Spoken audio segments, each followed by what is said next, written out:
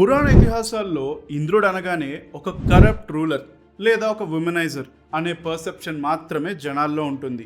కానీ నిజానికి ఇంద్రుడు అంటే ఒక వ్యక్తి కాదు, మొత్తం 14 లోకాల్లో ఉన్న 5వ లోకమైన స్వర్గలోకం అధిపతికి ఇచ్చే పేరు. అది మాత్రమే కాదు, సనాతన ధర్మం ప్రకారం మొత్తం 14 మన్వంతరాలనే టైం సైకిల్ ఉంటుంది. ఒక్కొక్క మన్వంతరానికి ఒక్కొక్క వ్యక్తి ఇంద్ర పదవిలో ఉంటాడు.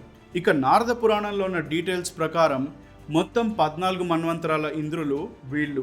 ఒక్కొక్క మన్వంతరానికి ఒక్కొక్క వ్యక్తికున్న మంచి గుణం హై లెవెల్లో ఉన్నప్పుడు దాన్ని గుర్తించి అతనికి ఇంద్ర పదవిని ఇస్తారు. కానీ ఇంద్ర పదవి ఎంతో శక్తివంతమైన స్థానం, ఎన్నో బాధ్యతలతో పాటు లగ్జరీస్ కూడా ఉంటాయి. ఈ పదవిలో ఉన్నప్పుడు ఆ వ్యక్తికున్న మొత్తం మంచి చెడు 2 గుణాల ప్రభావం రెట్టింపు అవుతుంది. అలాంటి సిచ్యువేషన్లో నా శక్తితో నేను ఏమైనా చేయగలను అనే ఆలోచనలు పుడతాయి. ఎప్పుడైతే ఇలాంటి థాట్ ప్రాసెస్ మొదలవుతుందో ఇంద్ర పదవిలో ఉన్న వ్యక్తి తప్పులు చేస్తాడు. ఎగ్జాంపుల్కి గౌతమ మహర్షి భార్య అహల్యతో ఇంటిమేట్ అవ్వడానికి ప్రయత్నించడం, అశ్విని కుమారులకు అమృతం అందకుండా చేయడం, బృందావన ప్రజలను వరదలతో ఇబ్బంది పెట్టడం. కానీ ఈ తప్పులు మితిమీరినప్పుడు తన పదవిని కూడా పోగొట్టుకుంటాడు.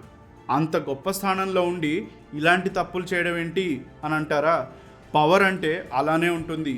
వేరే వాళ్ళ కోసం ఉపయోగిస్తే అది మంచి స్థానం అవుతుంది, అదే నీ కోసం నువ్వు ఉపయోగించుకుంటే చెడ్డ స్థానం అవుతుంది.